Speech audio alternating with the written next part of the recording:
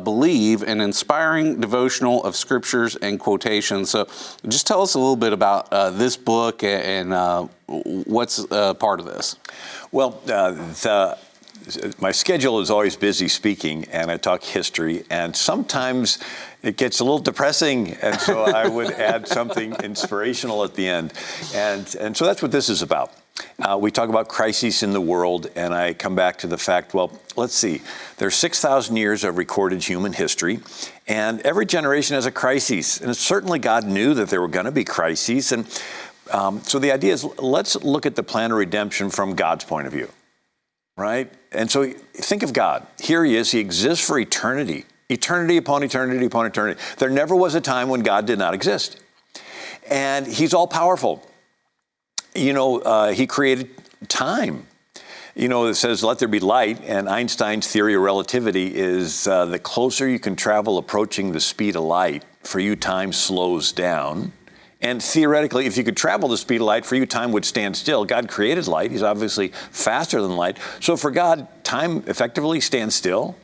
Right? It's impossible for us to comprehend it, but there is a verse in the Bible that says a day with the Lord is as 1,000 years and 1,000 years as a day. Imagine experiencing a day as if it was 1,000 years.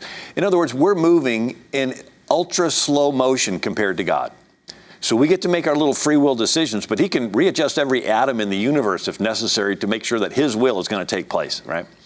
But to get an idea of how big God is, in 2003, they focused the Hubble telescope on a little spot in the sky where there was nothing.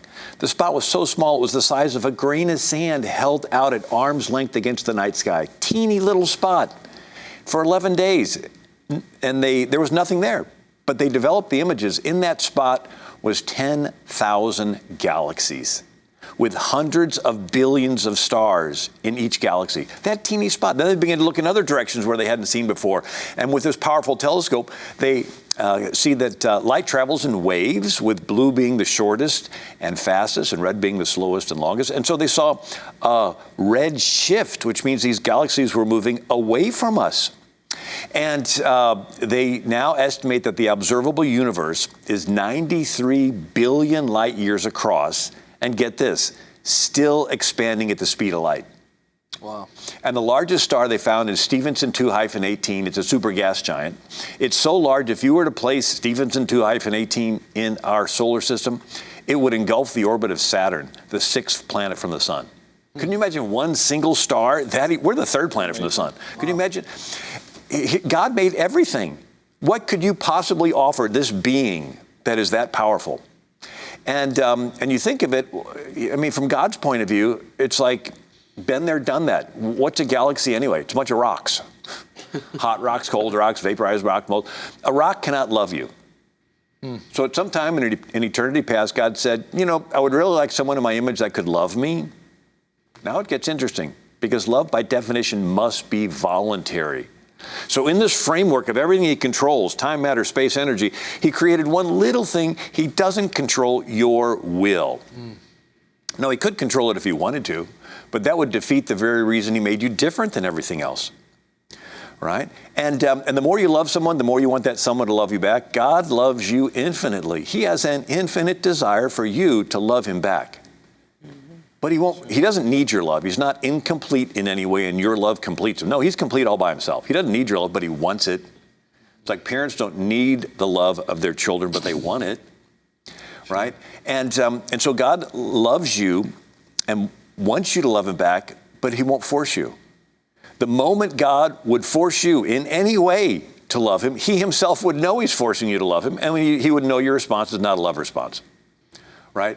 So he has to hide himself behind his creation.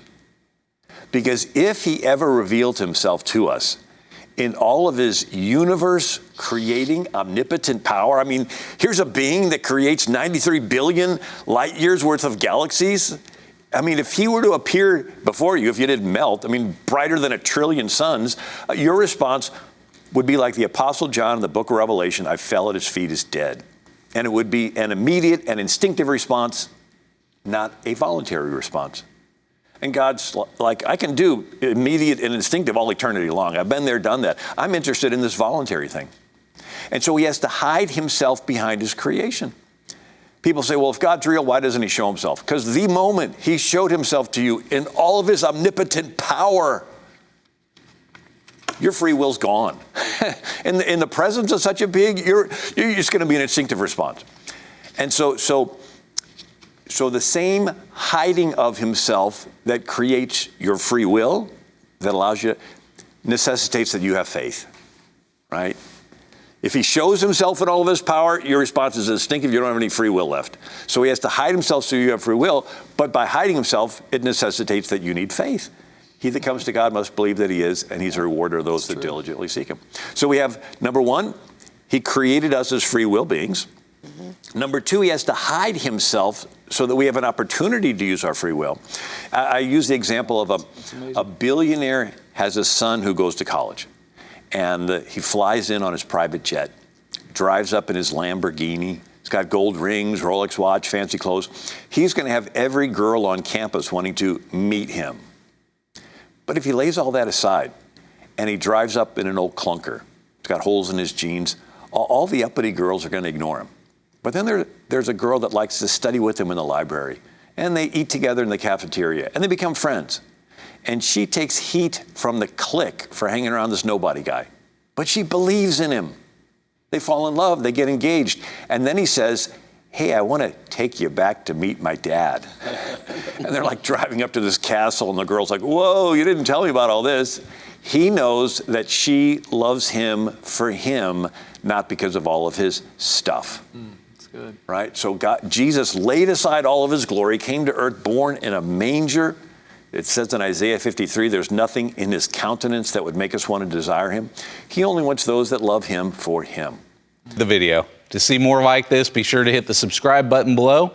Get all the latest content from TCT Ministries. We'd love to pray alongside you for God's blessings in your life, so you can email your prayer requests to prayer@tct.tv or click the link below and submit your request at tct.tv. God bless you and thank you for watching.